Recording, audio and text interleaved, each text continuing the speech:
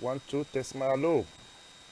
Ok, nous allons débuter dans quelques instants. Veuillez nous excuser. Ça va partir dans quelques instants.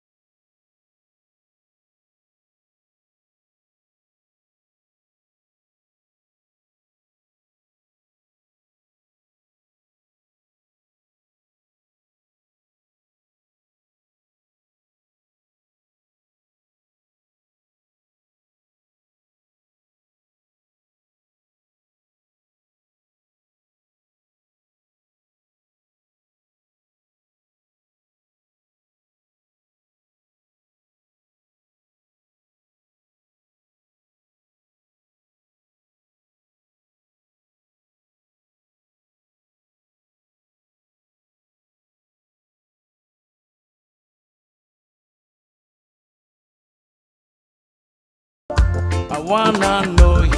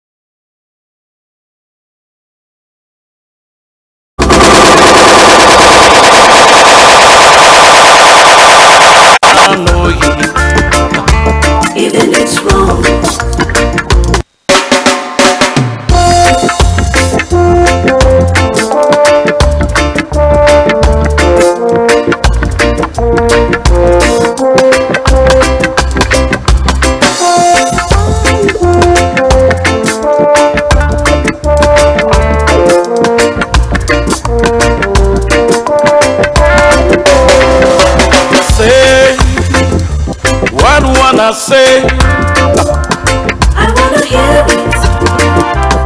I wanna discover it.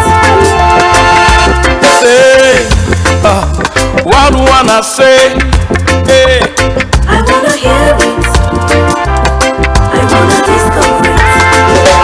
Baby, tell me your mind, I wanna know it. Even it's wrong. Even it's wrong. Baby, tell me your mind, I wanna know it. Even it's wrong. Even it's wrong. Say, what wanna say, I wanna hear it. I wanna discover it. say, oh, what wanna say, yeah. I wanna hear it. I wanna discover it. Baby, tell me your mind, I wanna know it, yeah. Even it's wrong. Even it's wrong. Baby, tell me your mind, I wanna know it. Even it's wrong. Even it's wrong.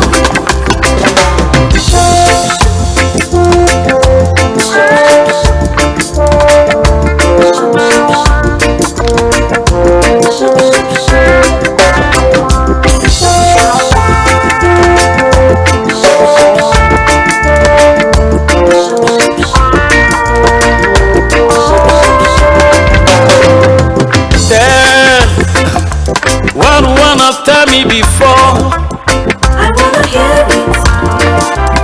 I wanna discover it. I say tell, what wanna tell me before, hey. I wanna hear it. I wanna discover it. Baby, tell me your mind, I wanna know it. Even it's wrong. Even, Even it's wrong. baby, tell me your mind, I wanna know it. Even it's wrong.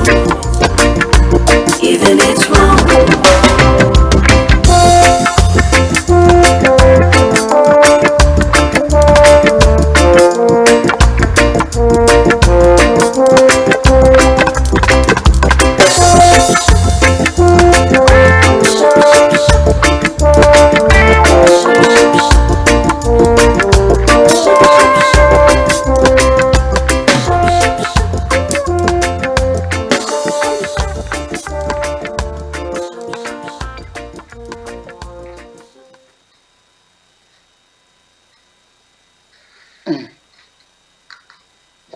Oui, si vous voyez ce visage, c'est un visage d'excuse que je vous présente ce matin. Nous sommes vraiment très en retard et de plus, nous avons un tout problème de son.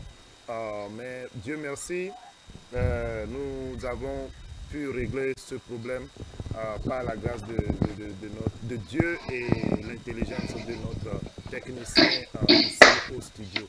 Donc, toutes nos excuses pour ce retard, ce problème et tout ce qui s'est passé dans les 15 à 10 minutes qui ont précédé ma présence sur l'écran. Donc, comme vous pouvez le voir, mon nom c'est Deo Vounon et les auditeurs ont voulu savoir notre nom et d'où est-ce que nous sommes avant de faire cette émission. Donc, nous avons décidé de suivre vos consignes et vos recommandations parce que nous sommes ici, c'est à cause de vous, c'est à cause de vous que nous faisons cette émission. Donc, nous devons vous écouter aussi pour que la chose puisse marcher normalement. Donc, soyez les bienvenus dans l'émission Bon Dimanche de ce dimanche. Deo Vounon au micro présentement. Et sans tarder, vous avez déjà une idée du titre, du sujet que nous voulons discuter ce matin avec vous. Donc, soyez les bienvenus et je ne vais pas tarder, je vais vous présenter ceux qui sont avec nous au studio aujourd'hui. Et vous les connaissez déjà très bien, mais ça n'empêche rien, vous allez toujours les rencontrer. Et depuis l'Allemagne, on commence par les femmes. la charité bien nous donner. Moi, je vais changer. Commence toujours avec les femmes. Bon. Et depuis l'Allemagne, nous avons notre sœur chérie, notre charmante maman qui nous donne des conseils tous les jours. La sœur Kaka qui va bientôt apparaître sur votre écran avec un sourire. En tout cas, je ne vais pas tout dire. Sœur Kaka, soyez les bienvenus à l'émission et comment ça va? Oui, bonjour, tonton Deo. Bonjour, à M. Amikifim. Dès que nous faisons un nous sommes dans. Écho. À M. Amikifim, oui. M'a profité de Zerikamado Bene et Toji Notolo. Non vignon, Fofonio, Dadanio, non vignon, Miawezon lo. Akpena mi kaka ma uyera mi gbogbo lo nkano jibe mi fona mu nyoede e mi baba dogo le mi abe no pea sigere kimi go ne chaque dimanche ne mi abajira ndo ne mi asoko mi adoko into iji mi adomu sen mi adoko ne nu kemi le jia ne basu mi asi ne Yesu ben come Miawe dans le dogbe na mespiame miado kamena mi gbogbo de lo mi pata mi le pala nu ye lo enyo ke wa izande na mi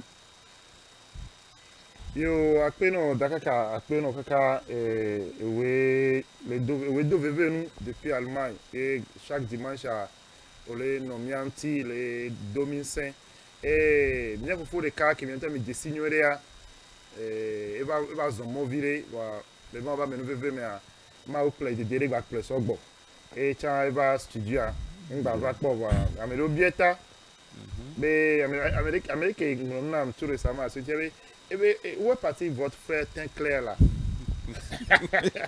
Donc notre frère Tinclair là, il est de retour et il a fait un petit tour. Maintenant il est là et frère Mike où est son cacalo? Yo là, bonjour les amis, les mifondo. On est toujours ensemble. D'après Namaoube, il est scindé. Il est au Dogbook Borentom, laissez-moi encore. Bon, donc, empêchement de solo les nabe, yingba pom kekeve à pom. Mais je suis présent maintenant et on prend le train en marche. Alors, soyez connectés, brancés. Mon conseiller, Maouba Lodo pour nous que pas t'amener les dia. Il a quoi quelqu'un. Do bon dimanche, n'ami pas nous sommes à Sousouva. Les que nous les repas. À mes amis, les codes dominants, nous viens bientôt, nous avons mis non. N'a filé bafane, nous pas t'amener non. Et comme il veut, intimo minina miano no et Amérique matin se détacher les noviantio. Intia mtibe bombe mia ano miantine miateun awo no bate libo intia les deux bons dimanche nami soyez branchés et on continue. Mon conseiller et mi entend il est titre à Java Zandéa. Alors, à ma de Kukuna Messia, mes bénéficiaires nous préparés. Les documents. Les débats va à Messia, mes bas débats et Niaoto. Mim Jagba, Hollande, que 2 miano no, if you miano to Niao, ni miano no. Mais les qui nous les ropoa. Et que les Jimenawa, Glena Novio. Jamea, les Novio, c'est. Les la 3, les ma 3. Au la Quebo, à moi, peut-être à Mouniebe. Yokuya, yo matin no duo. Et ni agbe antobe nuetoa. Alors bon, bientôt il record sera coco et le défilé les kumenami. Ne bientôt il y a des sous-senti et ni nya kele nya sinema agbe na minga yo me deo. Yeah, okay, après donc frère Marc et Jodiram. Et après présence agbana ou ba to le booster ndo chap oui, faut bien, faut bien clair où est-il? Donc, pour vous bien clair, elle est là, je suis content. Donc, bien vu, mia be ego so bero mianti ma émission avec titre Eleni relation benya. Tout d'abord, king be mia yi ek bebe nyanto di profondément ni sauver émission mais bon mia todo bio nous faut comme pour nous soyez rien be nové mia be auditeur de on va décider il a créé groupe il a sorti Perondionti donc dès que il y a et Jordinami donc mais il y avait grande sœur d'Akaka kudo et pour beaucoup d'auditeurs de revenir cas vidéo donc a décidé de mettre quelque chose en place donc a marre de couder sœur Kaka ne ba quand be diviser na mi so de kebe nuanti et après Mirateba et on dit les Gabou mais pour le moment Kaka na mi suite de Newabe et à Fokole de avec nous les ido Daka et Garibo yo apenami e toji no to kekem dakpene mi adometori siade udo mi amesusu sigbede ke mi nani consider ke vaya nenea mi do pe ndeji be mi ahun group de ne amoko yin celibat o le ji nyonu lade alo nyonu ko le ji nusu lade yemile etule Europe me ko America me a donc mi be mi ahun groupe de na me wa s'intégrer na mo ko le intéressé on wa tendo e groupe ami donc a so ni so ke groupe be nya va ame gbogbo do kwasi idi be yo la no groupe ami e Georgina mi egbe a mjibe matona mi be mi hunne ne be groupe a pour le moment à mes deux les ba mi do la glen à mes côtés on la c'est ne waso wa be numéro nami ne mi a intégré au groupe ami à mon folie intéressé donc à groupe a ben koni RTD Union Culture Couple donc à mi le dit miawo et nous de sincérité Monibe Amedela s'intégrer le groupe Amea après à Elava Node et d'un auto.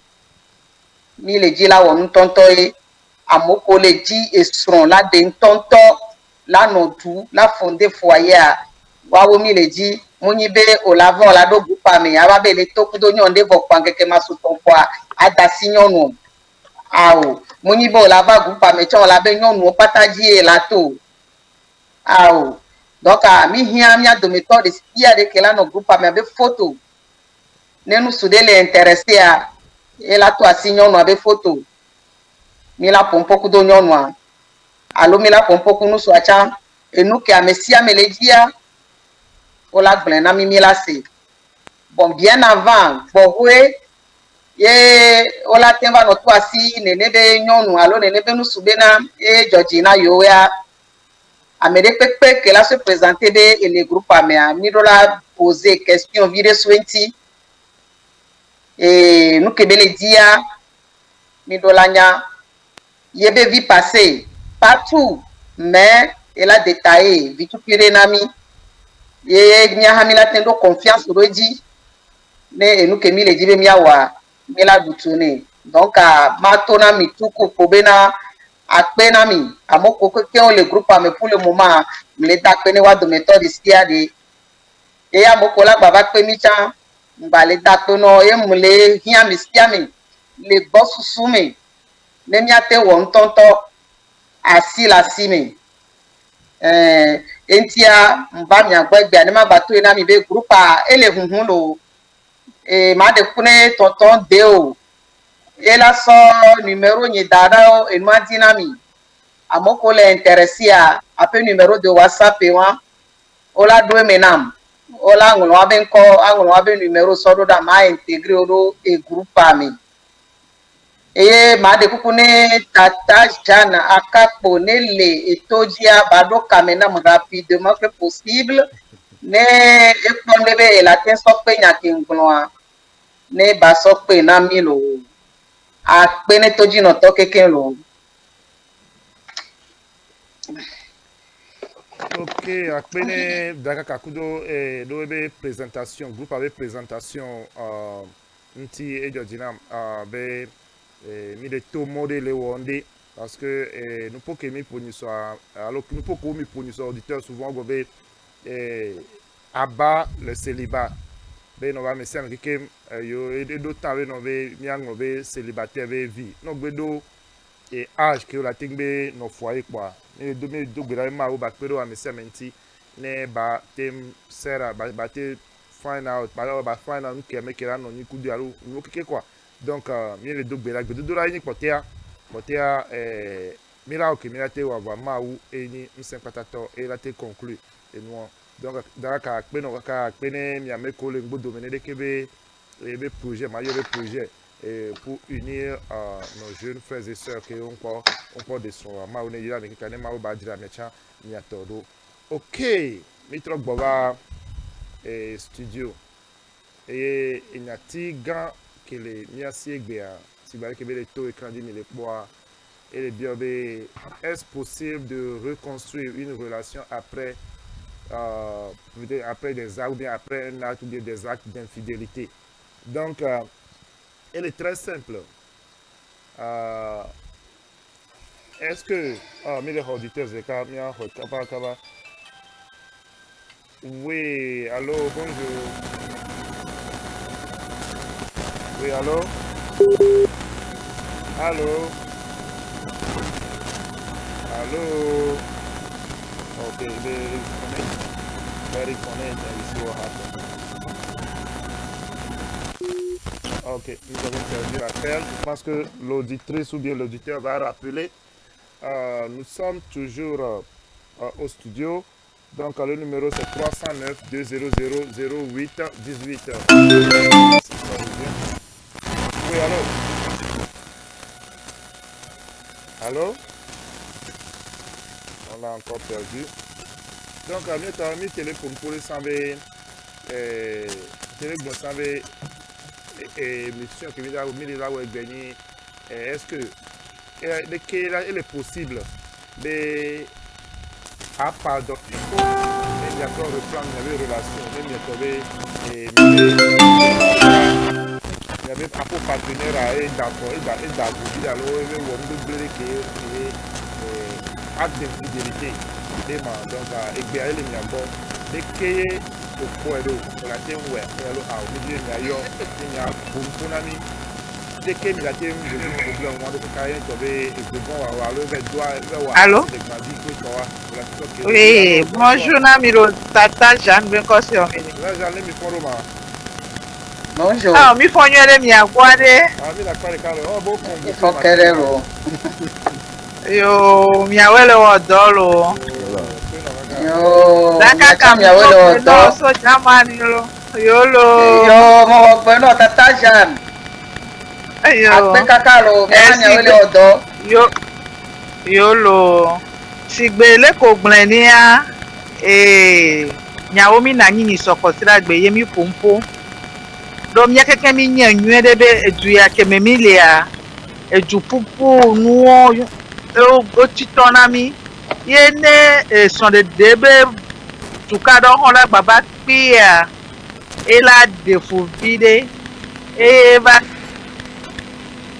de ni ba ko be ntimi o keke on va li asita nti be asodo le kebe grupa e George ni ano docha o dominu sen ye mi tenwe ma gbon ko be le kebe grupa e kun ne to go vide pepe egbele America alo Europe mepoa group ya ewini otenyi muslim to otenyi protestant otenyi catholique no gbe ni Togo bi po yo sogbe do pewe ni soyi yo nto kande do ko oji be da desron ele disron tonto ya de alo desron bo munyona o bo mu le jibere ka na nyo ile ti la to fo aye bua opo monu la do group ya mi ya gbe yo radio Denigma spireke mi re po be numero ale no adi kwa mi la do me ye mi la wo mi la zun li vide ku mi no va nu ko jebo no la tem aso ba na mi ne mi akpo ne mi akpo ne mi atem achami mi le de kuku be amesia me ne so do ko ji be ende bu na ye le daji ye ne ba ku ya le bene ni nebe nwa ne ngba gen alominayo mi le de kuku be susu badare pepe ngba no amede pepe be ta me ba so ba group ya mu ma u gbogbo ne ton asidi ne amesia me banya be ende daba di le de kebe group ami ye no vacha ku gbedodora kudo ekute kuku wa ma ura pere nti obe adame puti oke bua o la poe kwa magbon pobe enu ke nti emi de group ya toa eye won amesia me kegbele intéressé poa kuda moko le todi fifi de semia be nkoa mi me mi so numéro kere écran dit que mi le poa dakakato kudo tonton de auto sonne amesia me alebe ne watem ayomi ne mi apompoku ne watem akpon enuko le dia mi do akpena mesia mi amoko le todi amoko le po mi en direct cha mi do akpena mi ye mi to te po mi abe yo lo ezande lo yo tata Jean akpelo mo so akpelo on a be no ka me pon vide nya vide la si e ma trop bio on a be mi le composo adhésion 20 tini store pour l'Europe mais elle est 10 €. Mi aboa nyanya ke mi la te 20 €. Donc adhésion amenana mais mi la sopero mi ave radio télévision deni banti do problème do ko mi le do le radio adia yenti mi store on a fait pas le numéro de d'adressement ne amestia me pomonwa ne bate temito ita dodo de me ne mi aten so ko mi abe radio iti mi aba pare yo le do problème na mi ba pour le moment mi ko le do moyen de pepe donc Camille de kuna mestia me be adhésion à 10 €. Nyemnyane ona be eye mule go tutu olo enti mbone no kamena rona batroba a pointi na vidéo tata Jean sigbere ke ye mi akeke mi nye ni a nde pepe be owa ehiaga bifi ke mi le pi entocha ye mi telese radio abenkoa connexion kudo machine obe nyaye eye ne mi lava aba no pompo ku mia no bio vovovo ha ehia ega won kete boade munyi be mi le globe nya to ngba do susu be o pipi dia ko da group ade kwa o mo be o ne so gabo awo eya mi so le pede radio antie mi so le pede radio 10 € alo 10 $ ko la na munyi be o da ne ano ne chaque mois yo tout juste une fois quoi na do groupe ami na te wo choa ye kemi na ko be même no da be plan we ye auto démarcheur o din to cha ona na nvide mi mle ni démarcheur kakia radio abe nko yi radio ake nakakabe egbe o chon ba le sere kebenya láti npo solution de ate po do nti de ne edokelele wa lo mu ko le dia ne asona be amekoto chon wa pa no se radio abe kwa ye na mi le gbon be no yo mimi pompoku wa ne mi la so do groupe amea wana 10 € le Europe me wana 10 $ le États-Unis me nko be no vi ko kon la nya ne mi glen ne mu la ine mi wa enu be nyimi le dade ne le ke yin doa mi te yo dakaka nya so mi abe susu vovova ne mi agba da sirenti ne mi akole kebira ni doa na dakaka eso mdo nyanti no video. Oui, je crois bien, tata Jeanne. Merci beaucoup. Si vous voulez amia de kupune amboko kele intéressé à ne wa contacter ne betobena 10 € d'adhésion de que mi la ten euro bela nyoma wa ten pom ne mi ajra nuno eye ko e o plan ne mi aso pero mi abe radio anti wa radio a enti mi va le po e groupe ya bedodo le mi donc im le probena odo 3 be nu yo do la we ko do no ne won to apo eji kono no be na o groupe ya meja do eja ko ndele me a la tena adhésion wa facilement ke yo ma don kun ko to mo ko be eja e ko kono wa munye tous les mois yo siri ka ko yin donc en kano dibe etoji no to anu ko me sitoni o la se ko me na mi lo tata Jeanne a pe kaka donc ane enya de balé après on va discuter ça dans le groupe. Merci. Ok, merci beaucoup. Bon, ton de au micro va go. En plus pour la jeunesse et En plus, ça va sur radio, télévision de Nibanti. J'aime non étonné. C'est comme c'est une surprise pour moi. Mais on va ce soir, ok, il y a Apéro, radio activité aussi. Ma on est dynamique. Et dynamique depuis un temps, le sous dès que Milaten voyait, Milaten continue à nos émissions parce que Vilo les filles, les gbé, les jarbasso intima ou les donia le mille ouais. Doit quand même aller tomber aider la basso qui là-bas. C'est toujours un plus. Donc Mido Akpera mi Jacob. Donc il y avait Susuanti et mi quand dit Mawa même bébé mais Elani Dodé. Dans quelques secondes Dakar avait numéro là non écran dynamique. Donc à Meko Dibé il a contacté Dakar. Ils sont libres de le faire, mais il y a des non intégrés au groupe. Moi, je pense que c'est une bonne chose. Et le fond est que nous m'avons bien le cas Dakar Chap. Dakar et moi groupe il y avait bon et là nous débé no be moun et amoa est-ce que on les assurer be no be yobe secret et ils ont bien protégé les miabois. Yeah, of course, allô? Yeah, of course. Elle a bien protégé. Okay. Ni matin so Amérique pebe secret so daro et hihenu. Okay. Et ne a me considérer yebe confier des secrets na wa dola respecter rodine. Donc à groupe à 100%.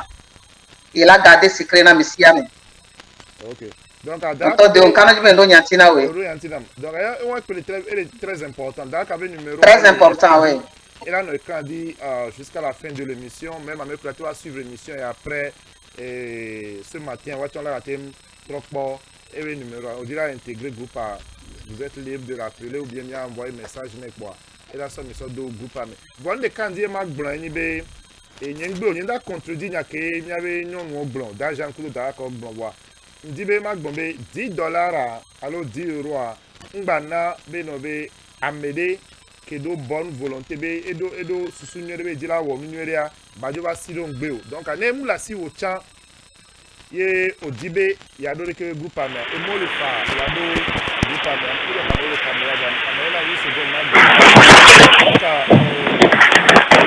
na pe amesia me keke didate do groupe wa me no po $10 yo na Dieu merci no ngba po yo ba na cha mo wa na ye o mano groupe ame o la gbebe no be à cause de $10 bonheur que le na bonheur ba ido nge da ka ne kuku ya so kem le côté wa ne le contredit nya ke me global oh ya muso nya luna o munyi bena o le contredit nya ton pele no suivre man pele bena mi mu forcer Amérique pebe edola na di wa kwenu le on to apoji ma o kasi gigi na obela na e ba décision di ewa anepa no be le sio wa mi matin pero wanti be mi ma vodo groupe mais alors ko les besoins ni donc les travail e wa ma empêcher mi ano bio be di wantia alors $10 tia o la be o ma do groupe mo wa no nu ke jibon na wa awefa e nu mi oni le jiraro e la tenso bustini e la tenso mi oni fa e la tenso afiri pe ba ni nyabata donc a mon popoli ne mu ni €10 yo eni €10 yo ne mi bel intéressé par nyado groupe e yo me tombe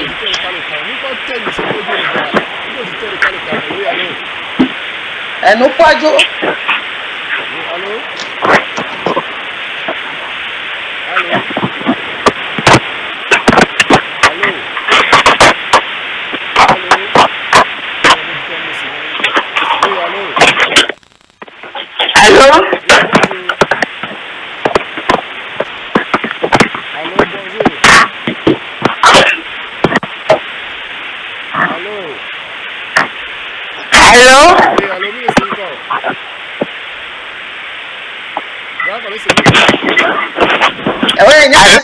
il y a trop de bruit. Est-ce que la thème se déplace derrière?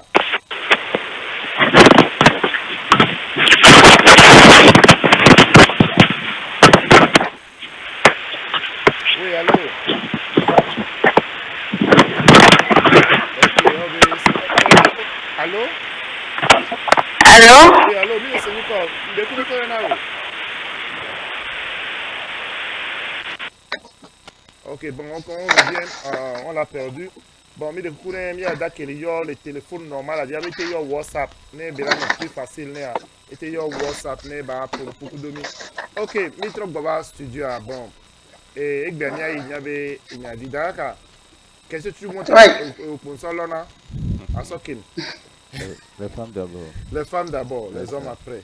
Bon, et oui, on va trouver nos yesron et des affaires de qui me la déo et on peut vous et on hasi et que bien avait bien on talk pour l'écran dit est-ce possible de reconstruire un couple ou bien votre relation après un acte de d'infidélité dès que atteint on va servir son doit fogber et au bidi vidéo en tout cas, d'accord.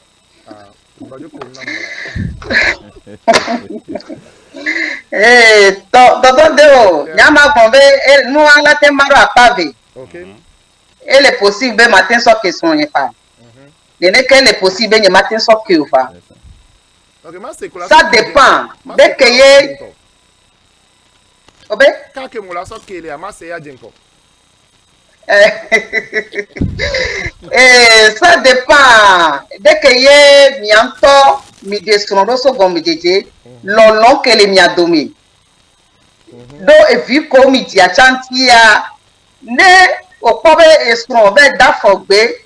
Par exemple, nyon nyamni, ye stron ye ve da fogbe, ve toku nyon bu, e mbale alo mbase ya. Munu bela nyila Georgina mo. Ma se bebe. Vuandola idoko nyeme, nyanye nyono anto ma idoko nyeme, ma biero kwensi nu tayena. Taka sono yeve woni nebe mu. Est-ce que faut t'accompagner belle soir? Alors yen top weve woni nebe mu. Le kenjesi sonya doa ode ajenye kano jibela te woni ne. La maywe. Et nous ken poya. Nous ken ti belero. Nem tendo tina Mohamed de cette année parce que après mais la classe ou chien chavo. Va ni to pobi. Et nous que wakudo yesmo muno wa. Eye so infidélité ava. E do la gogom enye kenyo noa. La ponam. Ye nous po ke bela po wacha. Moulé nibe ela ba horo do ko jibe deke lui avec alors ko be ele dit la demander pardon. Pardon le pardon mais parce que nous va bon de nous ko o va waka be kona ma buta me 20 ma accepter non ye ma ton be OK enyo na bonti kware ma no réponse là ne nye ton kware ke nye kus ma mi le munya be nye mbale ji la jo va nous kuma tombe ni toni kuma ponji be manoa ma dota vous kaka ma va trouver solution de ma so que mi la gba no tu mi la gba trop ba jafa mi ro va ma so kebe et nous kebe on ma ba répéter que et y ne bon y be soigner to ma changer comportement ma die me kaka ma po et nous que na bebe on nia ne bon y be so do la se changer bon elle le bena OK y matin so que nous kantio le pas de ko ebe bon e be we nous ka après toi ne ba so que cha nyemu le sur roso ni dibe la ba trop bede o et la ten ba we fa là on peut ma dasi ko fi ebe to wan ne ile be mo ba to ncha ma ji tonyi unu me a peut-être sur le tanye me ne nyento OK ncha ma be ja fi bu ma po e no to ji po ncha ma to ji ko ko to ji po ncha ma ja fu la mi ma tin so ke nya no va ne nu wa ke nyi no ajo ebe to be mi oublier nu wa e mi se pardonner ye nous moi que les problèmes na mi en balé ti me na mi o mi la tête trop reconstruire ya be foyer va e wa ma na mi ma tête reconstruire OK egbe ale mi a toji no la ogbo egbe ale toji no la ogbo de que il a traversé situation aro o po be yeson da fo gbe ala me de ba na o nya be yeson bo de que be nu bon mi na egbe am je nya ma nya aro TPV o me ro TPV. Et dans le cas général, OK, au milieu de TPV ou erreur, alors au problème de soit il y a des choses qui me sont nous TPV qui n'a pas de nous soutenons nous dominer. Bon, unsu, on ne prend pas partie de que la terre parce que nyansu, il y avait neuf nyansu et ne benoît, n'y a une personne très difficile nam. Ne mate pas, mon nyansu bile, n'y avait qu'à est différent. Bon, moi c'est bien un frère Mike Kingboy. Frère Mike. Yeah. Ah, il y avait on avait au constaté, il y a bien gommé, on a non, ou de que nous trop boba home. Dès que on a réglé la situation. Bon, et bon, les Camila Nyanyebe, elle a des fous. Quand vous voyez, nous là, vers Dafokbe. Il y a des gens Dafokbe pour Agnès et les Cabes Bombay, c'est que, on se fait Bob et Léa, on va les diminuer. Parce que nous sommes dans la les documents facilement. Voilà, nous aimons la découverte. Nous aimons la découverte. Nous pas mis bien, il y a pas non là, oh, il y a essayé quoi. Il y a essayé à bon d'accord. Mais nous que la souffle, la dafogbe, à quoi nos foyers déjà ça devient un danger pour le foyer d'abord. Un danger pour le foyer. Et là, c'est difficile que nous ayons accepté souvent si vous voulez que accepté dès le début. Vous voyez, parce que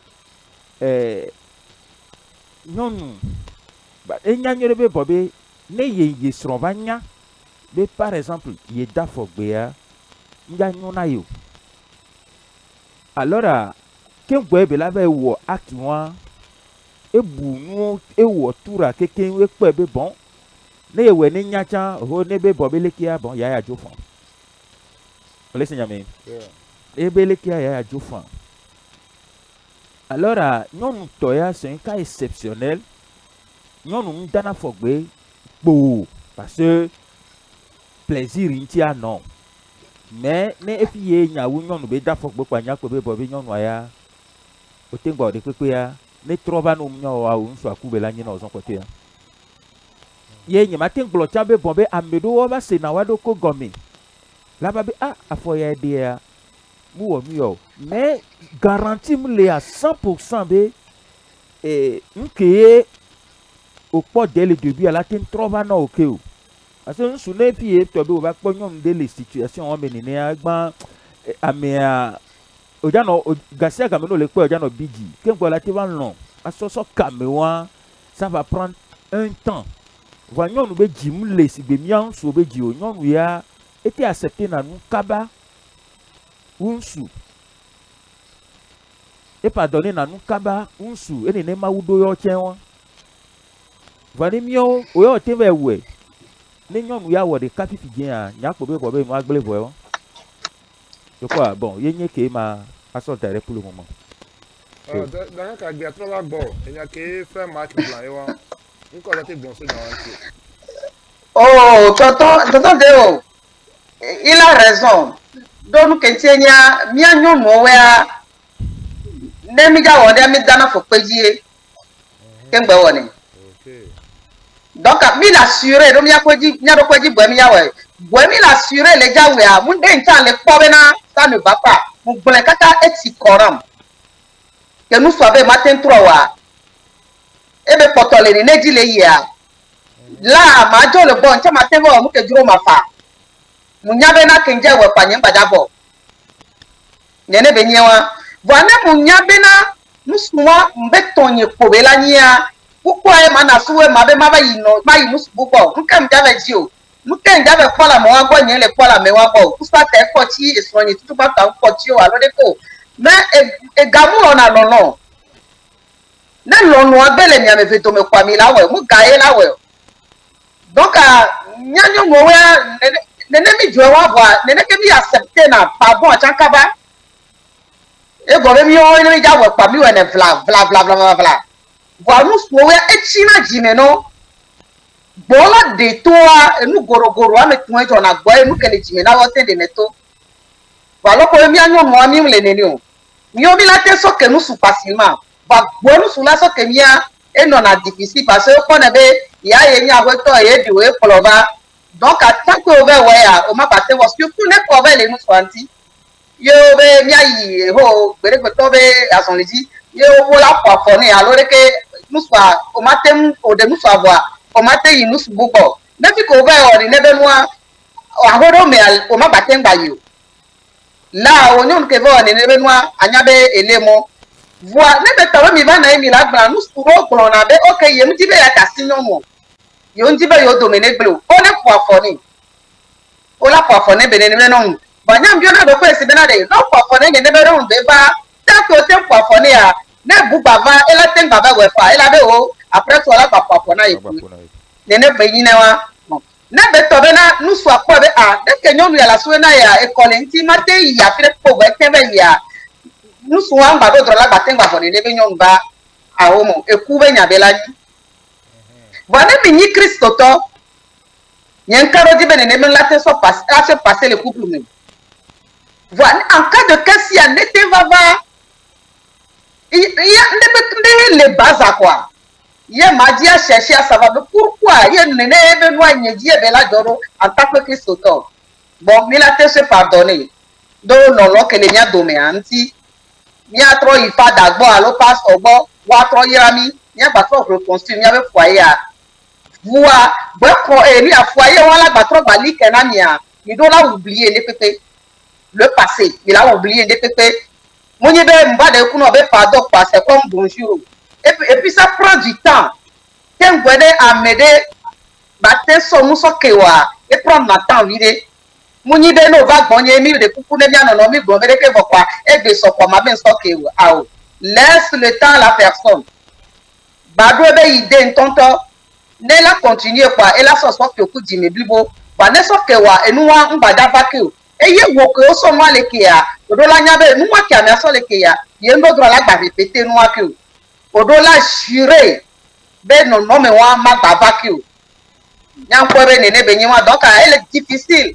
ne nous souvenons pas que nous kaba wa nyanyo no eno na pasi nami ça dépend nous que o wona mi alo et la tempe me chani nyon mo mato no be pas question ko so mo bo joyi nchama ji mo nyi mato et le possible matin be OK mu so que ni a trop toi di voir on va répéter que et yo Ok, après les frères Mike, kudo frère Kakawa, question na katwa frère Mike bozande aba. En attendant, il y avait auditeur de cas et on do page dès le début qui veut pas titre à quoi il a envoyé quelque chose.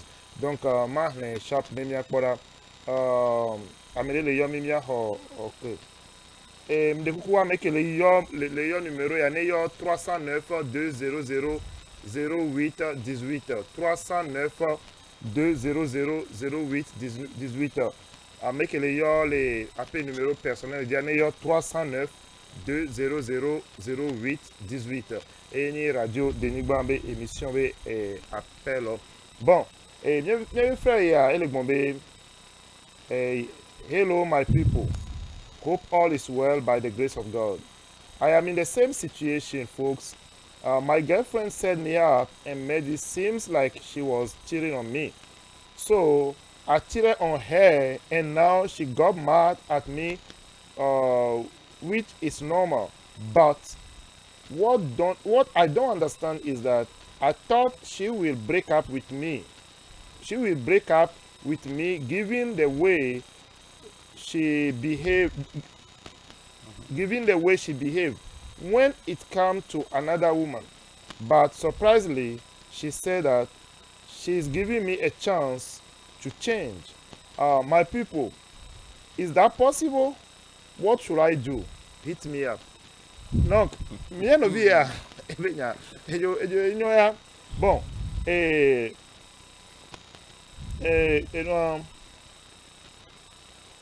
le bombe il y avait girlfriend, il y avait copine et piégé, c'est comme et wo là ici be ele wo gbevu nene. Donc il y a pour du ver wo gbevu c'est like a payback.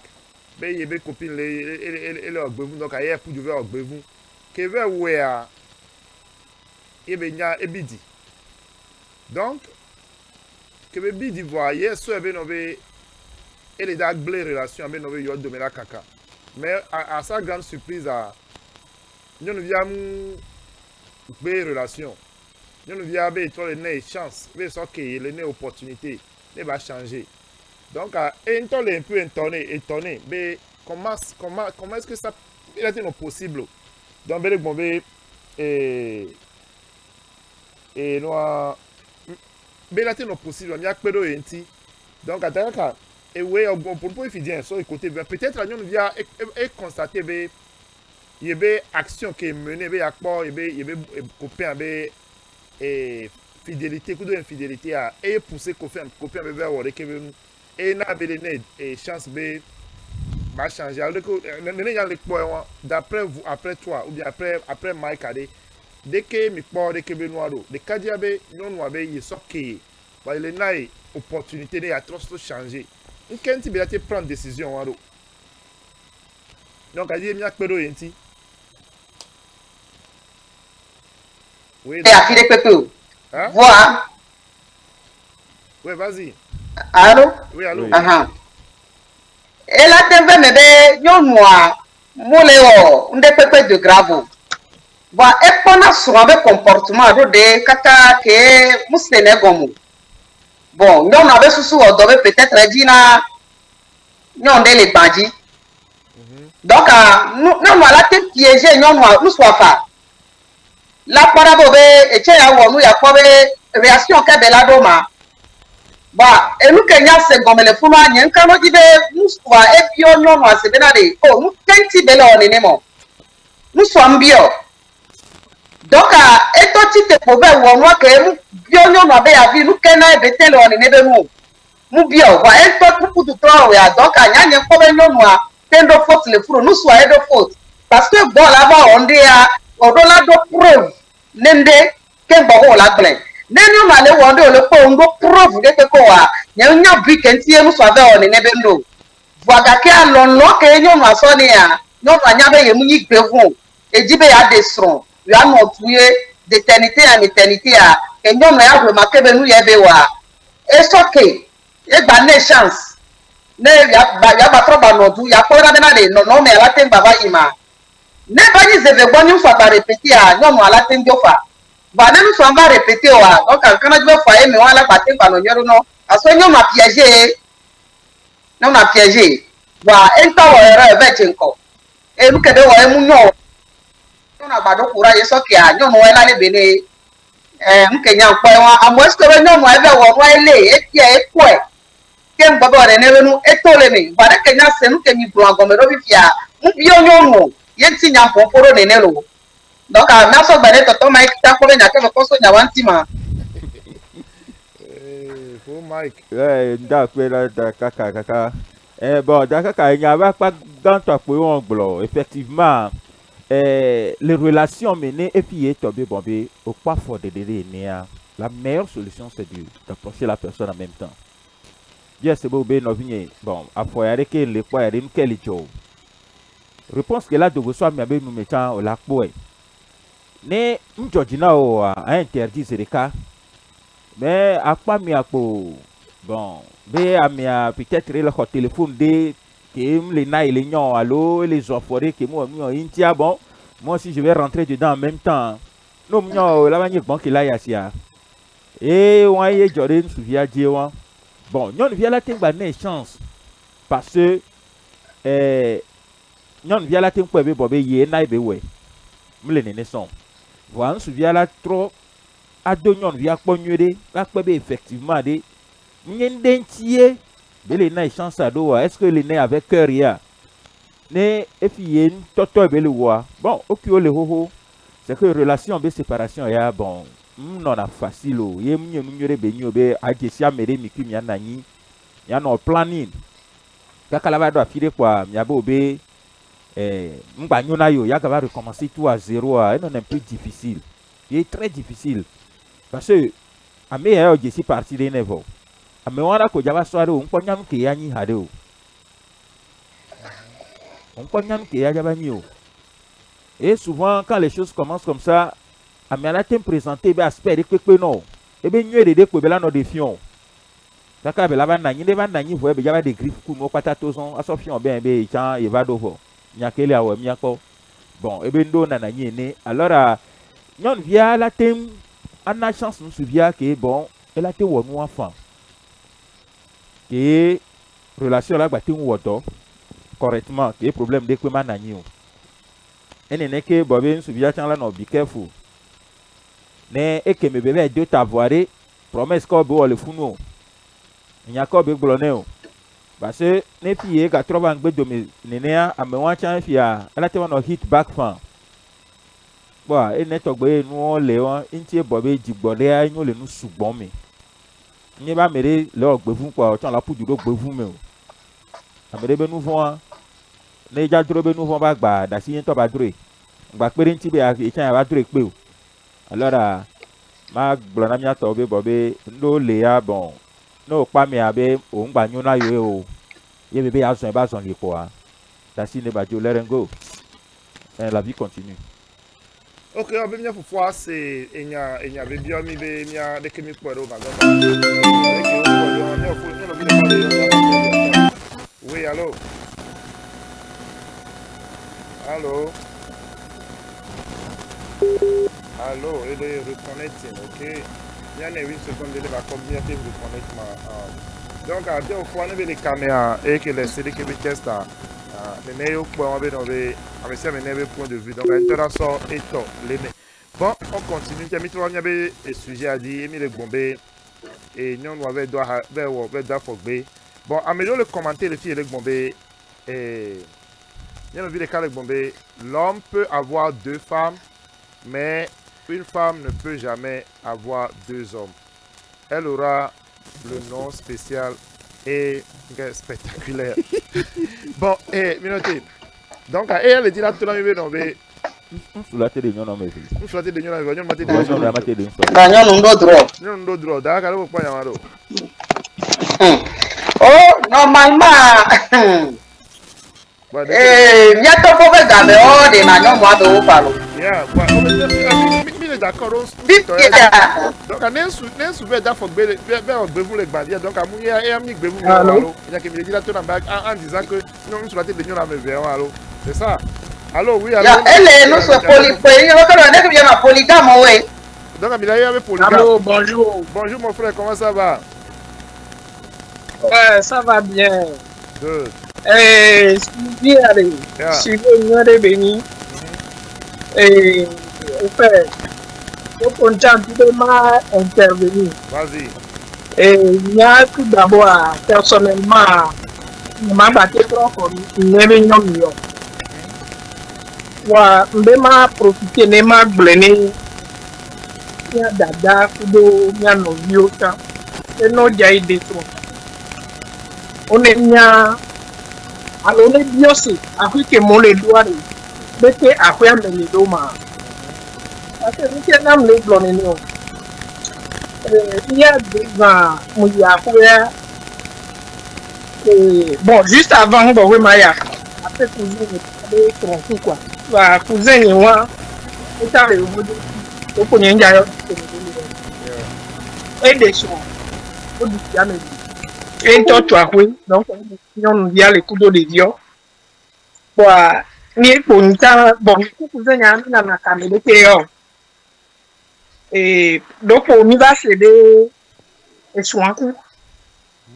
Va combien mille euros de filles à Miami, c'est n'y a jamais qu'à va Kemba Yahweh, on va nos vies, nous diviser, nous vivons de tout père, quoi. On s'en va après, on et m'va donc non, quoi, tu vas me Charlie, c'est le mien, non, et son attend va comme ça, il va les déménager. Mien, non, diable et son. Et bah, il a fogé. Donc, la mère va dire, yo, non. Donc, les sols, les condis, et soit, condis, les analyses, les on nous, on a mis à l'époque. Voilà, on va les prendre, et bien, ah oui. Puis, c'est moi, on a un défenseur américain, alors, on découpe les oies, mais les gens, on a le et nous, on va y veut, nous, on va tout, bébé, nous, bébé, les trous, nous, tout le monde, ye yo ba baba le bi e fo to nu wa ye be ba de adigbo wa be jame yo tin gbe abe newe bayi onugbe comme ça be nene no bayi donc anya mpo ebe na nya dada cha même il y a des fois il y a bien que na de ahweke me le da kwa de te ka mo le lo de ahweke nya fi fi nya ba ko me a tout d'abord mi ko na ne be nyonu ye munya be na o na nde o ko na de no ba mi wo na ne be no nya no nyu gbe na ni ko ko na ne be no no ba ne mi de de so ta o nyonu la yo la gbe no donc o la nya fi que ameko la ko ti alo amedo ko pon ebe mu on de ko wo mu des fois on nya ke mo le do mo on nya we ke mo la o le do de la que ni qui so va no fa et nya di ma nya personnellement nya ni ga ko même ne to be e nu wa to ngba le do ta ko wa nya ni ma te ko nu ke o le gbo e mi ku de mi ta mi to chambo fi si ame bu la gba do den ko le gba ti e la gba tro gbo ba confiance de pe ngba le ko confiance de pe ngba le mais dit qu'on a après on a no bien ko to ni ma mu ye to ni ma nya e nu am jate tout le monde bon en tout cas améliore et wabe pardon elle est capable maté pardonner pardonner ne veut pas dire ndola patron ko ba ko maté pardonner va mi la e gagner ranke ya te nya de ko mu rancune mu lo va mi te séparer voir be ma patron ko ça va daro bon ni de moi ça ne peut plus être la même chose magba nya ki magba te mla mo wan bon ok donc anyam ke be magbo apata mo bien que be me mi le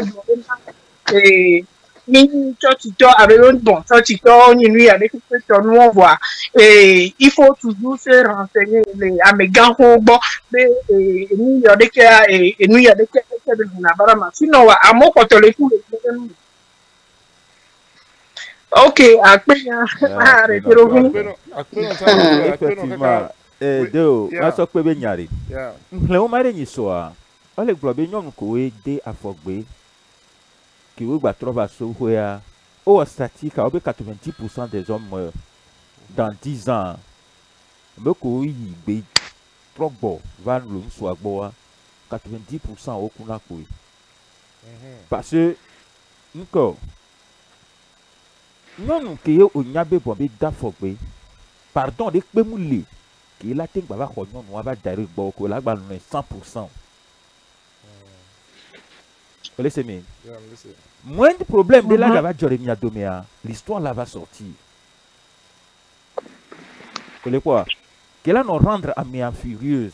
Non, nous va me wanter là va jadi nous non bela kufa. Eh ouais. Mais moi qui la va jadi nous non bela kufa. Parce que non nous be faiblesse potia que la ting pone aye wan. Et ama mené. Alors c'est bien non à dafogbe.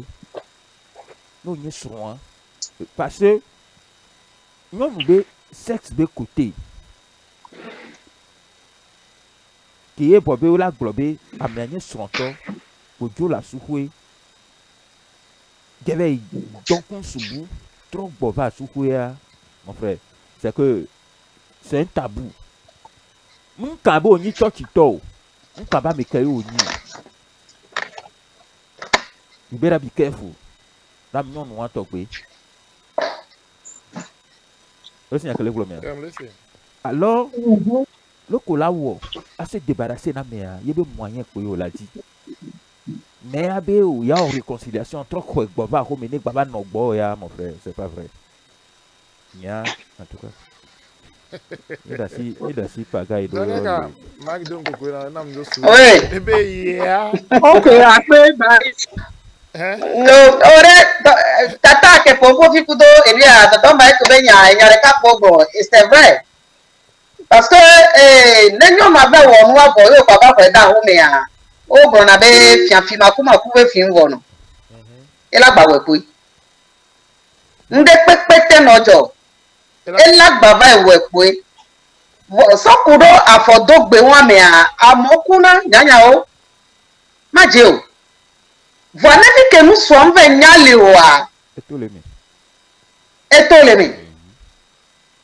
Voilà, nous, en tant que les fous n'avaient conscience, les jeunes, il y avait on est, voyez, son balai, tout coup d'œil. Non, nous, on a ramassé pour casser la vie. Non, moi, c'est une Voilà, nous sommes vous avez pas trop mal donné, nous nous bon soit les mots parce que quoi même et son échec de son bon et après on a fait quelque chose à la télé. Il y a des nya bon bébé oui ah. Oh, elle est pire. Nous sommes fait à la jeton. Non voilà.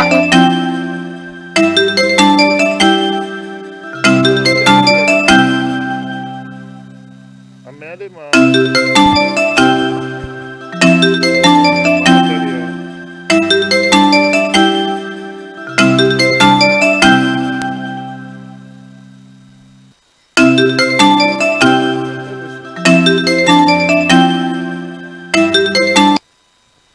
On l'a encore perdu.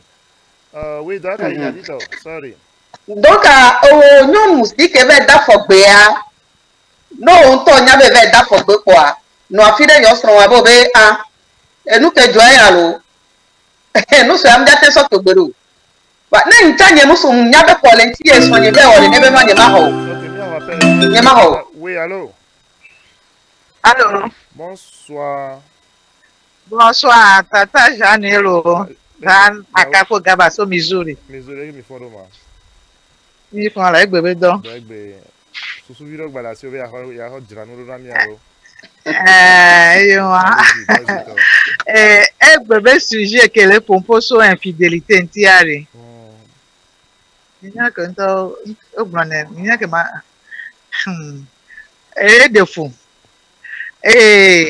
Kaka Bible ania. Emi tro yi kaka Bible me kia. E nous de ka kenti po ye nous sou la te gbe soignon nous doa.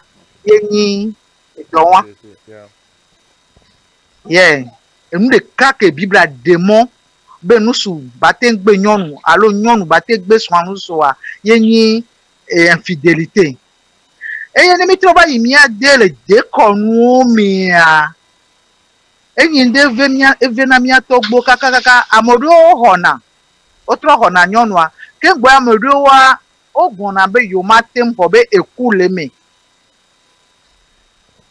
afodo gbebe nya nyɔnu kpe do na fɔgbe voa egbea le mɔdzi ne mía ame sia ame nusɔ le do me nyɔnuwo le do me voa nyɔnuwo to akpoe zẽ na ne nya be nyɔnuwo to afɔ ame ne ye lo afɔ ame ade ye lo eye ne woato aɖo gbea mea eɖena trasi ɖe dana ɖe ye o ye ne dzɔnenea nyɔnuwo to akpoe wo la va gblɔ be woato anyra ŋutɔ no yi ƒo afɔ na wo no be wɔ ɖeke na wo no be wɔ ɖeke na wo nyanye Jeanne personnellement ngona bene nyon de da fogbe no vi nyenu su be son nyon da fogbe anyi magba ko yo no vi nyagba ko tia nyanye personnellement nyem le mu au début anyi magba no parce que nous ka le blombe magba tendu o nya to mi le nya de ka ne nyonu de lo de kaka be su edo ko ni a ye be nu egbo divine alobo yoku yolea eno na difficile ne be nyonu ane ba sojo bo ni ba ve mi kaka be nyonu ajuwa no so ananya be ye be jingbale gbo ye be jiri kan gbale gbo nyonu nte blame ne nyonu le toku musu ame via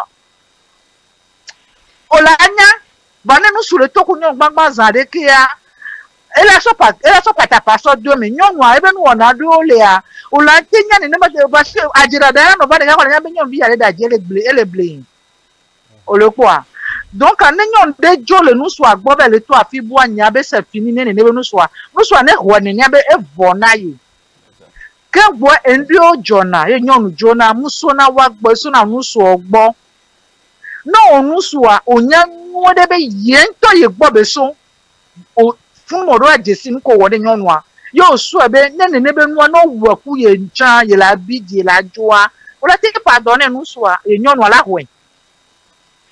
bọ́n ní òun bẹ̀ ní ẹ̀bẹ̀ ní pípẹ́ mú sọ yẹ gbọ́n ní àyìntọ̀ yọ̀nù dúró lè kápẹ́lá sí adé fìhún fìhún yà dọ́nà mpọ́nà yíyẹ níbẹ̀ ní yà dọ́nà mpọ́nà mú lè sùnmù yà họ̀ bí dé lè fi yẹ yà họ̀ dé lè fi yẹ yà họ̀ bí dé lè fi yẹ yà họ̀ bí dé lè fi yẹ ẹ̀ náà bó bá jí náà bó yà bẹ́ jí ndúsùdé sọ́pẹ́ mẹ́kẹ́lẹ́ àhóyà mẹ́ya ya ngba ho ko nya nyem conseil nu su de bene tro ho o nu so no to nyanwere be eye gbo ifota so nyonu ajo nyonu gbo na nu so pam ne ni o ye gbo be so bejo peteta ye mu le ku aji o enu ko nyana nyonu jora so wa o mu le ku aji o le puin côté sexuel o mu tele satisfait o no lajo e yo te so côté je lajo la de tutu ma me veto ya mu de fukaka do bo ne to gwan baba pe ya lo po o nyanyo na dogbe fifia na ba de e da ba po afone ne ne be nyonu a o da po afone ne to ba de o da tro wo nu onwe de a alo ba tro ba mem shows di ni anyonu ya mi gbe olo million na ola po nyon do nu so la de nyon nu so la de nyon na mi ton tocha no ya yi so ki pe je be wo o ngbe na de pe gbo ko ho po o lanu emi no gbagbe nkaka no gbaba gba pompo na ye para yan ogbe no pe to obe ya pompo na anya ma troba ne mi anto mi ba home mi gbe ho na ne be nyonu po evo dada bi de gbon le fun afia be no be ya be de so do son le ji ahwa mi po nwede amedo kaka wa nuke wato gbo so ho fami ya dade so like fami nwa o mko na nyonu yi na troba no o mate iwe na ba dapo ahwa mi agwamonu ntochon o la ku gbalo donc enu wa ba gbobo wa tro ho amia ni me bia mi de Kristo me nwede ni soke ni nyabe nuko yo le gbo ya yo tro ba fia yo ngbada tro ngbodo me gbere gboko amia we bo ni mate we wa mi kaka amese me never dieto alors retour won wa mu no na foyer mu consolider na amu cho vivi no gbende po a gbezereka nyabe nenyi nyabe o nenyi o e bibi blagbon asa telephone on ken boy daja na pe no ka amede le kame oui allô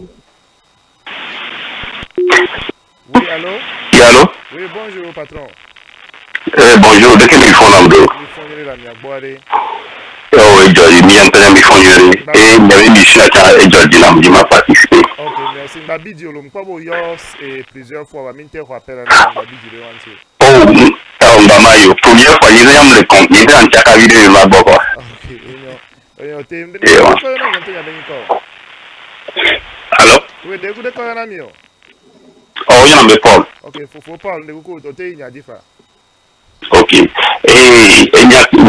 mission lui de ni mais les ma sortir à matro ingo de me vidéo et les décembre et nous bomboli va jona ni poneli asukoya et peut-être bientôt ni ignorer ni bomboli parce que qui les agents linéaires à fond de deux vanafan par exemple souvent et l'union et balancer la l'union on moitié on y bien les sont des qui nous moitié d'argent vieux bombori et agaro même soit nyana mais au bout le yoga no du quoi be yola régler alors que qui est du gars de nyana no est-ce que lui dit cancel de à midi qui là pour na bien révélation nyana via assurer son idée nous qui sont l'idée à nia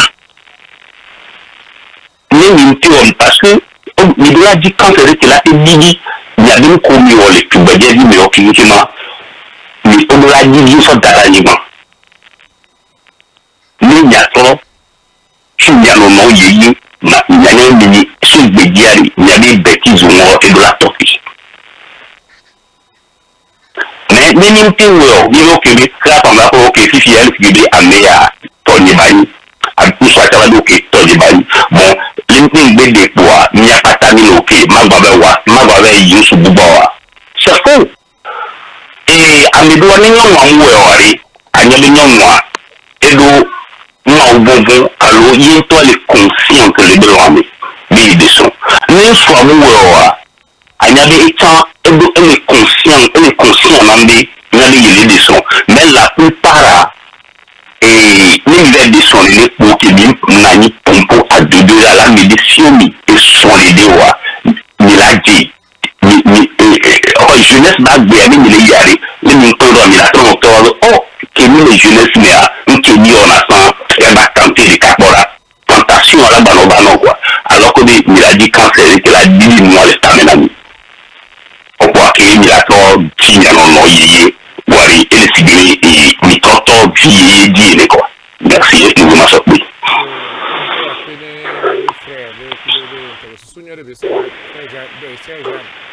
Frère Mike, les Kémi Posso et grand frère de contribution Antido. Femme d'abord. Tata Jeanne, Belebolo. Tata Jeanne, Tata Jeanne Adjolo. Ah, ok, Tata Kaka, Belebolo. Oh, et il y a que vous faut bien avoir, mais matin bébé nyolo, parce que bon, là, des soins, comme Tata avec l'ensemble, au-delà de ça, mais avant, oui.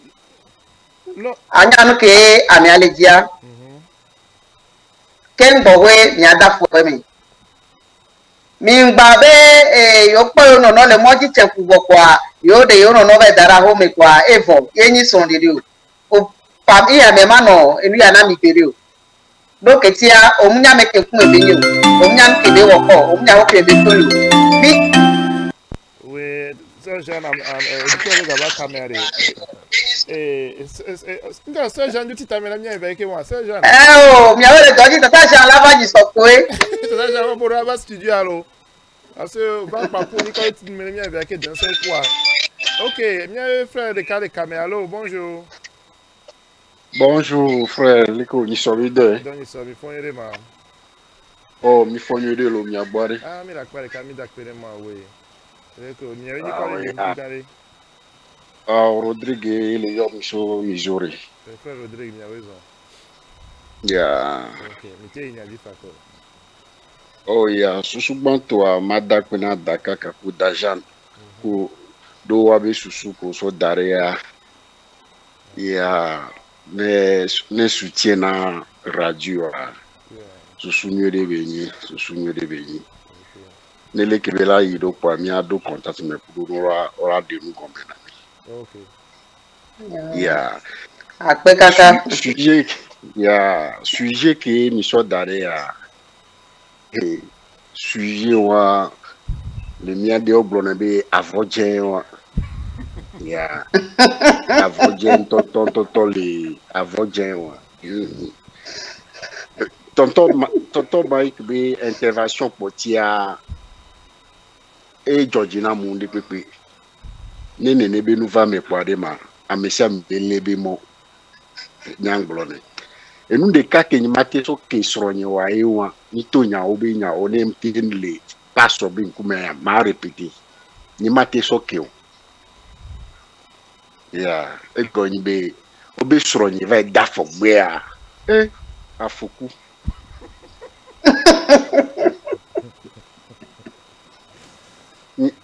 Nyemnyanya ke yo la gbona me ma ye ma bijo kwa nyemnya mpo ke nyekro mi na poe e ma kpo ni ma bijo doka nyajo kaka enyo vérité parce que tonton de kukulo no be we are mi de kuku no kpo hihia be jojo me mi ba gbo be bibla to cha wa mi anso ya no ya enu ya ni ejona pe wa nyonu ade enu précieux enu hotide enu de binyi ke ne so bune do ko no kwi mi to vale ya onyabe ne wusu ona gbevua ne kusu to vale ya nyonu ko be to na kwa no ku madame vale ya wusu ona gloire parce que madame est zomble o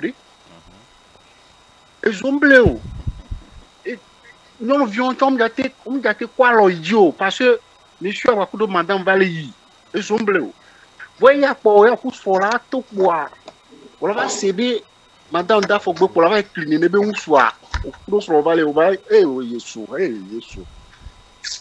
donc encore nous que les blade ma et nous wa me po be nyai donc adima nyanyonu ça dit me bunya cha no ne mi le jade soirée nyavayi nono ba home e ya le peperito nono be famille me ami do la ku gome popo mi do la do hlo mi do la do mi no mi dada o la ku me po nono a enua agbeke no esio le be no ba sufedo wa be home me le e ya le pepere nene wa no peut-être non on va fofu boken on va kirundo tia eta la gelu eta oh eta la gelu ntio quoi yeah donc carrément ne ni jesi nonde pepe ke amedela de no mu jesi ba homo omunya akwa mebe isuru wa mba de gbere o parce que ni kariba me de na sobe yola va kankale modio non donc carrément et nous nyanya ma soke o ndé pepe te no do pas son était glema te me ndé papa me ya pa o ma te soke o nglone zreka mbe pa o ma te soke o parce que ma te soke donc carrément non nous ami de kuku gare benade et nous kwaside togbe et nous kwaside mini quoi ye ne mi nya men totol mi ave foyer o are de vale yade ma quand ma te plémio quand ma te plémio on est wamba lewa non le on pas et son no agbola ni toi je suis victime et na be le bleni ni donc carrément nya ma te holo na me vale globe ya ko to gbede pardon ni ma te ho gbero amese ne lebe mo yeah ye wusu ko cha ke ne be nyono li en tout cas pardon que carré de dynamique ni mate holo mais non regarde nos auditeurs qui parlent quand même oui allô oui bonjour oui allô on vous reçoit ok est-ce que nous va sembler maintenant va koya denti parce que est-ce que vous comprendre il y a un bon numéro quoi selon numéro réponse ça nyambe ma parce que nya infidélité be nya ko le droit nyam troso so ibo dome nga me ki mi le ajavi na kimbo ko mi la de nya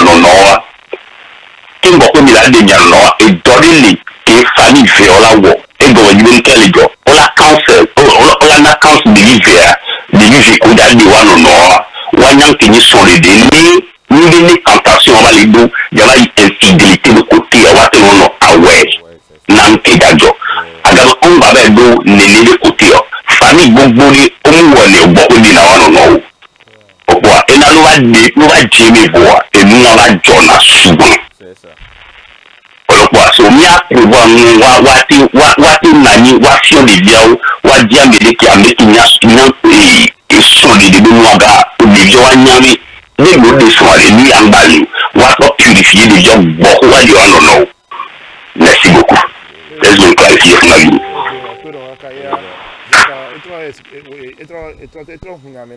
Bon, même si on a seulement qu'on n'a pas eu le temps de. Parce que déjà, le sujet le founou, et quand le founou, donc, bien gommé, et d'accord. Tonton Deo, ifiare, okwanya gbogbo ka me se me pata le gban. Ma bio ya won to sero, musu ke lo asi o so nya won ti o. Parce que tu es là pour poser question à donner ku tonton ma ti bo ta pon pore na. Le nya ya me. Ma jo titi anyore ma do réponse antino. Bon, nya me prendre la partie o. C'est ça. Moi je suis neutre. Élément neutre venu au moi nya na prendre partie. Maintenant mi apport via gombe de quelque part, nya na prendre partie parce que les gens les prendre partie donc à émission de valeur. Non, je prends pas parti. Tu vas tirer conclusion à la fois. Tu vas tirer conclusion de faveur. Non, mais ok. Non, il y a prendre parti. Il y a don soudi, il y a don nous dio. Voilà. Et que nous allons prendre le début avec nos vingt donc c'est comme ça me prendre les cargos doigts, nous allons prendre voilà, nous les contrôler. Platine donc on matin non prendre platine non matin non bon on a plus de points on a plus de points on va dans donc on dit mais va comme le moyen be royal so dit ko don on dit ko don je veux être neutre même ya moi on sur le on de cas le fou sur le cas les filles on va prendre parti ça fait 2 contre 1 c'est non on le pompo le nyamo na di kajo le soigner quand baso les joueurs je rôle que nyama jouer parce que auditeur est tenant avec ayo nyama non neutre. Neutralité, c'est ce qui passe ici. Ok, bien, bon. Oh.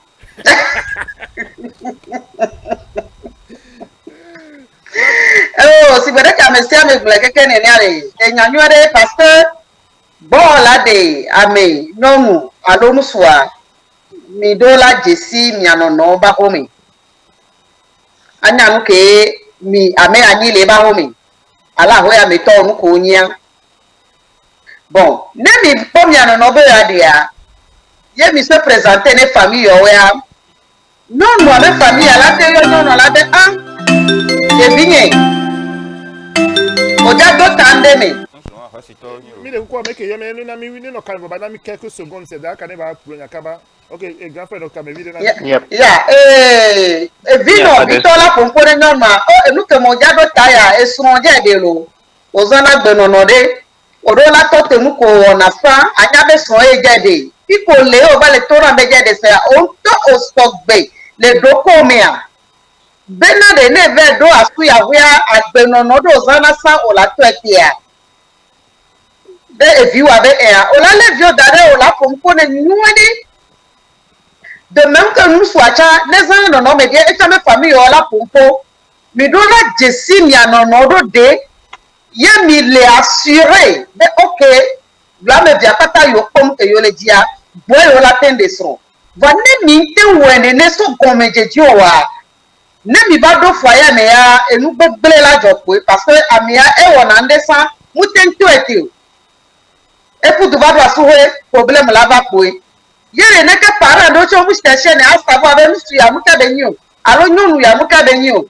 ke gbe to be na yere bi jade so alo gbe ti ke gabi le mele ami asi kwa ebo o le ba na gba ne nyono ya ho apa wa ko e ko yin wa para do to nu ko mu le o gboro na ne wa be bi o enu wa elehe de ko popore ba ne ame popore ko no do fo ya na ta ko nyonu ku do nusu ye ma gbo be nyon de o ele nusu be particha no ka ba na no ba do fo ya na akoko tuma do ba na mu ba so na gbo ba ononu ana suwe eso gbebe jade so o de so aba to nyom so agome aba no onu bule gbaja to aba ja so aso ku to nu so e ya mu le siamu parce que mu di o be di ku a ngome sesere no mi adome projet de no mi asie ye tin di oro va ne nko na confiance mu le wa o la le apomo amede be nu ho enya mede be nu yeye e mo ke juro wa o la so e ma wo chana ma e ke juro mcha baba ko le moji parce que isro de dia mu forcer be ni no ne ma wo be to we ne mu ni to we a ba forcer o ne fi ko be a forcer le a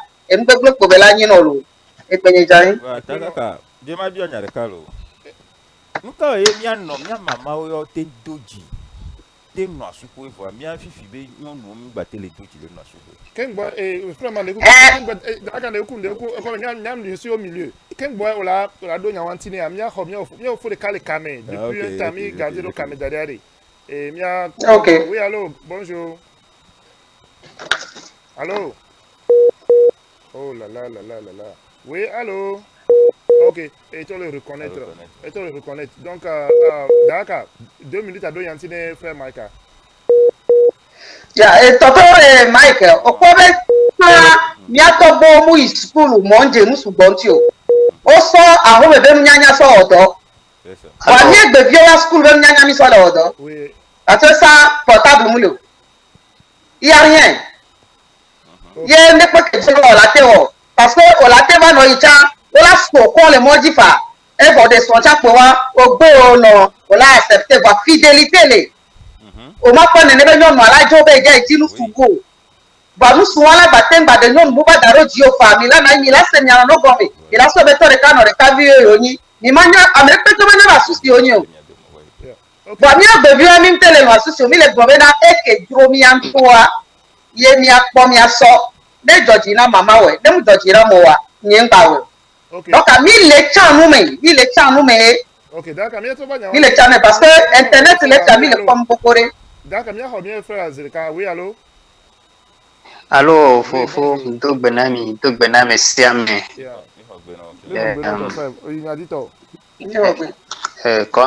Comme ando tutu Allemagne, bon, ça va que de mes il y avait des bantis, bon, il y a me suivre ce début. Fofo dire que n'y a intervenir, bon, et bien, intervention d'une partie mission, donc, elle a été va me be matin, bon, il y a des caméras au gloss, même. Il faut que auditeur nous connaisse ta place. Nya kemblona nyi be tutukba esro de dia mawenana no jibe wala desro la bia soma gomeni to ni na usunywede alone na nyon nywede même nengba vale ne mito miabe azolzozo gomi onso ole di ole butamebe ma de nyonu kuto ki alo nyono cha ole no te po sudia ne mito miabe ino comme il faudrait que akpa vers que ola sro no gestion no nyera odola wo d'une manière que confiance rola no foyani ye ameno comme c'est kuto ke la nani ne eno ke le nyen ponu ke la to nyonu be la no atufwe pa be ela site ela baba ide afo igalo ela to be domina eswa la baba que mira le yo a fote me kuto la ba Jesus en sofa et puis ni te découvrir maintenant Ligna, côté Nia, moi j'ai dit ça, j'ai dit une fois que moi je ne connais pas ce qu'on appelle divorce dans ma vie. Ça dit ça n'existe pas dans mon dictionnaire. Parce que au Banabé, il faut nous nous marions pour le pire et pour le comment on appelle ça pour le meilleur, pour le pire. Donc voilà. Ne fit que meilleur avant les gassiers comme les connu tout ça là, il faut qu'on accepte. Maintenant fit que pas malheur Amérique peut nani souhaiter na malheur na education nyenka di be nyon de ala nani kwa elle a be a ba esronya le bois bon de la parce que pour des raisons je ne crois pas ça peut-être c'est des situations qui l'ont poussé tentation de me beva gedo et planer et nene benu bavami que bavami era na wa bon par amour, par confiance que vous vous êtes donné, il faut l'accepter. Ou bien le fait que au juré, je te marie pour le meilleur et pour le pire, par exemple. Donc, le pire que tu as vécu ou bien qui t'attendait, c'est ce pire-là que ta femme sorte pour faire quelque chose ailleurs. De même chose. Bon, je ne dis pas que c'est ça, je dis ça peut être le pire que t'attendais, quoi. Donc, de même chose pour la femme aussi. Ça aussi, il faut l'accepter maintenant. Mais qu'est-ce qu'il faut faire? Il faut s'asseoir et discuter et voir comment ça se comment réparer. Avec les mains, comment on appelle ça? Les mains, les déconnus, mais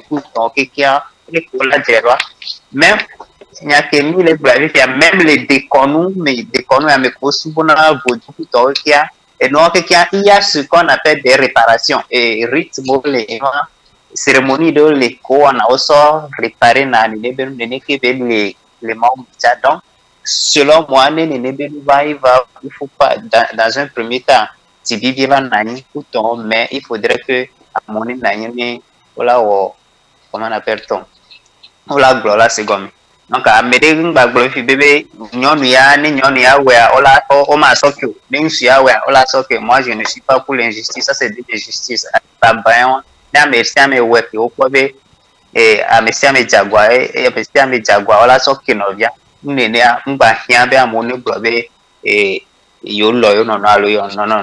pour me va d'aller donc il trop souvent viner tout ça, il faut se donner de la considération. Donc, je pense m'arrêter là et nous vite que Kenya dit vraiment sopé et après na mikaka na édition acha. Yo, après ne avait fait que yo soit Allemagne a toutes les contributions. Donc d'accord, il y a quelque chose pour la blanc, il y a blanc il y a les poules là on a mis en sous, mais on la té ou sous maté. Donc et tiens avec les pour doit bon et mi ko be gamelemi to pour gavele mi agbo le fièvre donc kaka et mi a doit l'hôtelo et bébé et émission a dit donc on est mon conclusion vidéo là mi a été peut-être semaine prochaine mi a titre va toi civil so il parce que ko be nyang po for vemela mesia mi donc mi a trouvé il y a dit aga pour post 20 gamelemi vidéo OK d'accord dès que mi a été conclusion vi chemde quoi.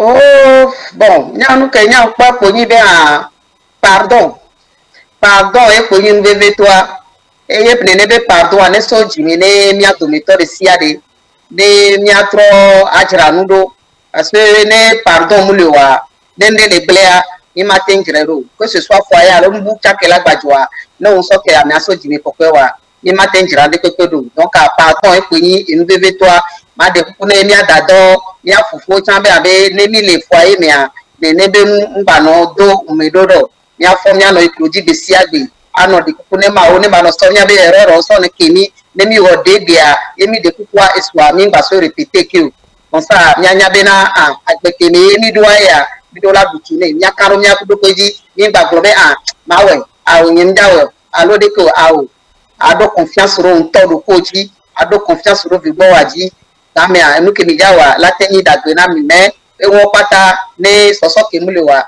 mi mate won de pepe oro ape na mi. Okay. It's Mike. Yeah, but ndakwe na miato yare ka pe nyanji maglo nyebe midola jagba mi no gbogbo be bon comparaison do ngba ba no nani le foyer mi. Par exemple, if you bon, ne nsu commettre erreur de o nyonu nya ngba be bombe nsu acha ewe nti ayi chan ava ewe. Erreur très grave ni on ne novi o jegbegle me ya. Plutôt aide-le à se relever. Ne ba reconnaître be bombe nou ke wa mu nyon. Yemi le glossan be bombe nyonu be afodo dede ya mle facile. Voyons sur la tête d'enfant. Parce que nous avons eu des pays que nous avons fait. Parce que nous avons créé des sens boumés. Nous avons fait des nous l'avons soumis. Maounia, il a fait l'homme au complet. Nous avons l'aimé. Nous avons l'aimé. L'homme était au complet. Puis il y avait des gens qui ont été soumis. Et on a spécialement dans sous.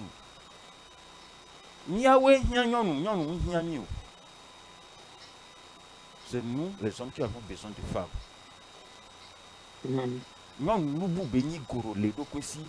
La femme peut accepter tout. Voilà. Nous sommes accepter nous. Mais on peut dominer. Les Egbe, il va les quoi, Bobé. Bon, il a évolué.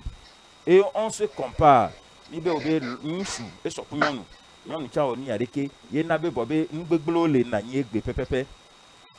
Il y a un blobé Bobé.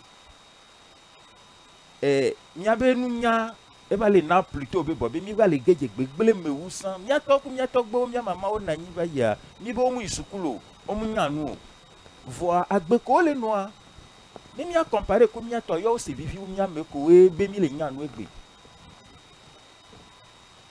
Oh, c'est vivi ou mi, même dans le foyer. Tout le monde y a tout le monde de son. Ah, ma tante m'a dit que va bien se mettre. Mais les kébé ou on est d'eau. Qu'un baignon nous on quelqu'un on l'est. Voir à Adriano n'y a rien que l'eau. Et donc un million de cas comme on a mis. C'est un problème.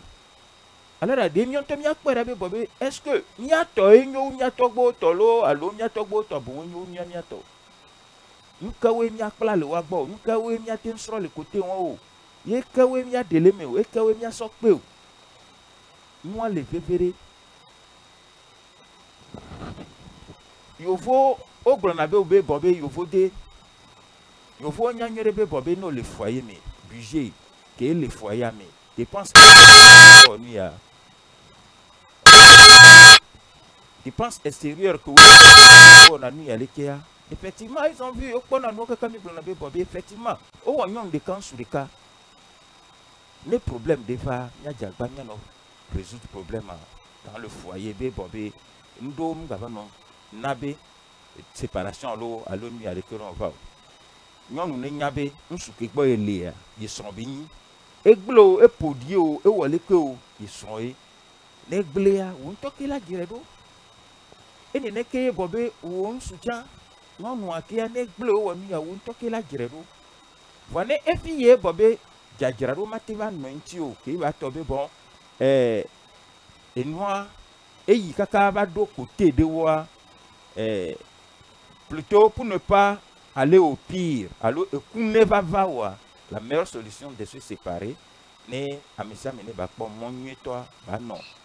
Les des viols les mia dominé, les qui mia géré des viols mia pour amesa mene batemfo ne somi gabe dogwa nya kpom nya no nya ko nya kpo dijo voa rancune manono quoi yeni nya tele nya asini je ma so pe emi ana nya to yo apene frère Marc apene kaka apene amesia me kikem ko contribuer à mes codes me do suivre le YouTube dit nous pas avoir information le YouTube dit suivre live le YouTube avec ko suivre le Facebook ko commenter avec ko nous dami to WhatsApp dit avec ko yo mi le téléphone mi le do apene wa kikem et mi ba le do apene galene d'argent kudo dakaka vraiment elles sont à féliciter. Ouais. Vraiment, I was short of words. C'est comme nos bouches bées, quoi. Ils se sont réunis, ils ont pensé à comment aider les activités de la radio-télévision de Nigba. C'est vrai, mais Midi a évolué plus qu'on fait aujourd'hui. On veut avoir au moins 2, 4, 5 émissions dans la semaine pour vous. Et Midi B, Nende de Djolafila, le Togo Todo, le Hondo, la filia. Nous avons envoyé une équipe sur le terrain. On avait filmé, nous avons passé nos clients. Nous avons communauté à niveau de diaspora. Et puis, nous avons si possible, nous avons une chaîne de télévision. Nous avons dit normalement, nous avons capté l'Europe, mais l'Afrique, mais nous avons un satellite pour pouvoir faciliter les choses à tout le monde. Mais il y avait le sous-souvent donc d'argent que Dieu vous bénisse. Mais les sortes de initiatives, il y a tout. Et nous avons donné. Et donc, il y a Togo qui est souvent. C'est la terre de nos aïeux. Et souvent, il y a une commune. On aime vraiment parler le vernacular. Il y a deux à Wegbe. Donc, il y a mis les paix. Togo, race, moteur. Mais câble aussi, côté golé aussi, à 800 aussi, Bekugbe c'est quoi? Il y a nos émissions. Les filles, tu es togolais, que tu sois du nord, du sud, de l'est ou de l'ouest, nous sommes là. On la va en dénigrant à ça, c'est pour nous tous. Donc, il y numéro à l'écran dit 309 2000 0818. Il y a une soeur, il a laissé message, mais il y a trop yomi. Ne susu le ane susu ba le mi adira no do aso gba be egbe no du e dona hundo to game asu emi atogo to cha mi la kota idile egbe di ro apera mi nya ga kire nya sinye ma so pe enya ne mi ato won apera mi se kike be Yusuf de ke émission mi nya émission apata ba le mi gbero nti imajo le sile do ni la bawa di sentiment sujet bola ga wa thème bola ga wala ga bombe wow thème que bava ga sen wu ni so to voilà, mais Dibé, ne mi le suivre l'équipe émission, c'est parce que mi dit la prendre les meilleurs. Ne dit la bonne on sonne des carrés, il y a des carrés caméra blanc, il y a prendre les meilleurs, sauf que il y a des agbeonti. Et mi dit émission il y a trop les meilleurs agbeonti. Ne wondo la file, il y avait au blanc l'émission avec au avec que c'était un oignon, son de la mauvaise scène, il y a son. Voilà, au y avait un loyer, il y a avec que nous va son mounio à Diagba Adjero Zereka. La première cas home là non doma. La même chose et je pour les hommes qui ont avait nommé yoto yoto agbe je veux en agbe vous qui me bonaba home yo son miano donc eni n'avait ça peut créer des problèmes et là dans il y a qui pour son colon so on écoute bien la kaka le second donc il y avait fait le cas agbe yo son so il y avait copine alors yo son so que peut-être là son ma so que donc ne au doigt gbere qui pour souhaiter à Drero mais au channel du Jomé parce que son idéal nous vivons venir fonder un foyer c'est comme autour de temps à Béboudi et comme il y a même dit caca voir on sait de quoi il s'agit donc à mi fond à le dakpene maou donc il va beota donc à mi dit moi va même vivre banane coup bien kikem mais nous promission le temps les semaines que mi ta Jerica so ya pas rien d'agbe banane avec que mi sogole mianti gbea ni gba dibe dimanche prochain mi aba sogole mianti ma woni yira mi siame ma woni na mi nyano sesere mais mi agba dogo mais Yesu Christ on voit kana dimanche prochain quoi mi aba sogole fi akpe na mi bye bye.